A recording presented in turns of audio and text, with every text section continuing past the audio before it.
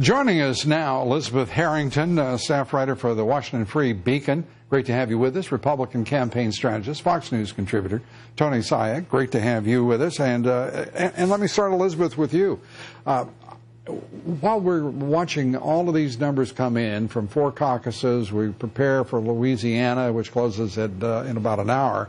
And by the way, Neil Cavuto will start bringing in those totals, too, just at the top of the hour as Fox Business begins its night of coverage of this, what has been an eventful Saturday in primary politics.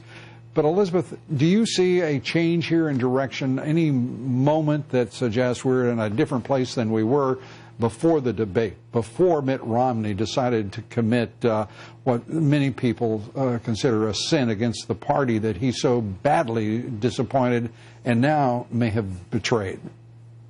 I think we're seeing a shift. I think this is a big night for Ted Cruz, and I also think that's due partially to because these are closed primary and caucus states. He tends to do better in closed primaries and in caucuses. And also one thing to remember, keep in mind, all of these states are proportional. So I don't think the delegate count is going to change that much from Ted Cruz's big night. But what it does change is momentum.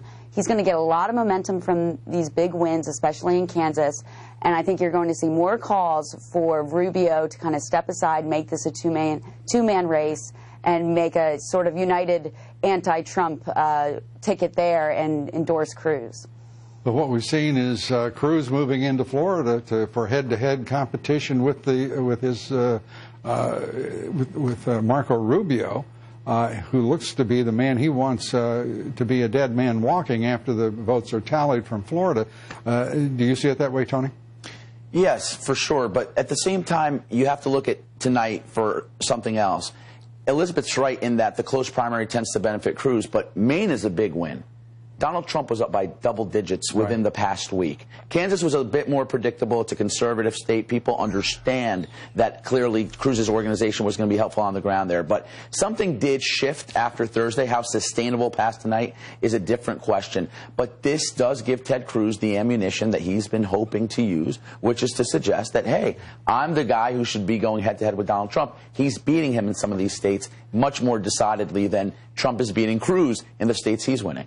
Those who argue that Donald Trump had a bad night Thursday must be beside themselves in fury at Mitt Romney, who has this amazing gift to screw it up.